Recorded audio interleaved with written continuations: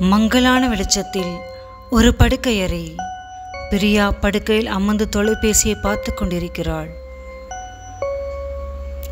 சுவரில் உள்ள கடிகாரம் மெதுவாக டிக் டிக் என ஒலிக்கிறது. நேரம் 2:58 AM என்பதை காட்டுகிறது.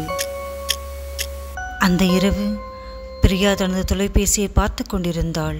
திடீரென்று ஒரு அறிவிப்பு தோன்றியது. உங்களுக்கு ரியாவிடமிருந்து ஒரு புதிய செய்தி வந்துள்ளது. அவள் குழப்பமடைந்தாள். ஏனெனில் அவள் நெருங்கிய தோழி ரியா சரியாக 1 வருடத்திற்கு முன் ஒரு விபத்தில் உயிரிழந்திருந்தாள். பிரியா தயக்கத்துடன் செய்தியை திறக்கிறாள். திரையில் வருகிறது, நான் வெளியே இருக்கிறேன் என்று. அவள் சிறிது சிரித்தாள்.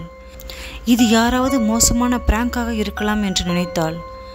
ஆனால் சிரிப்புடன் ஒரு விதமான அச்சம் அவளின் மனதை ஊடுருவியது. அவள் வெளியே பார்த்து கொள்ளாமலேயே அடுத்த செய்தி வருகிறது. நீ என்னை நம்பவில்லையா? வெளியே பாரு என்று. தோல்வியடையும் மிரட்டல் என நினைத்தாலும் பிரியாவின் கைகள் குளிர்ந்து குலுங்கின. அவள் மெதுவாக ஜன்னலை நோக்கி திரும்பினாள். காற்று வீசுகிறது. ஜன்னலின் மீது மெதுவாக தட்டல் சத்தம் கேட்கிறது. பிரியா ஜன்னலுக்கு அருகில் சென்று வெளியே பார்த்தாள். தெரு வெறிச்சோடி காணப்பட்டது. மெதுமான சுவாசம். அவள் திரும்பி ஓய்வடைந்தாள். அவளின் தொலைபேசி மீண்டும் மெதுவாக ஒலிக்கிறது. அவள் திரையில் பார்த்தாள், பின்னால் பார்க்காதே என்று.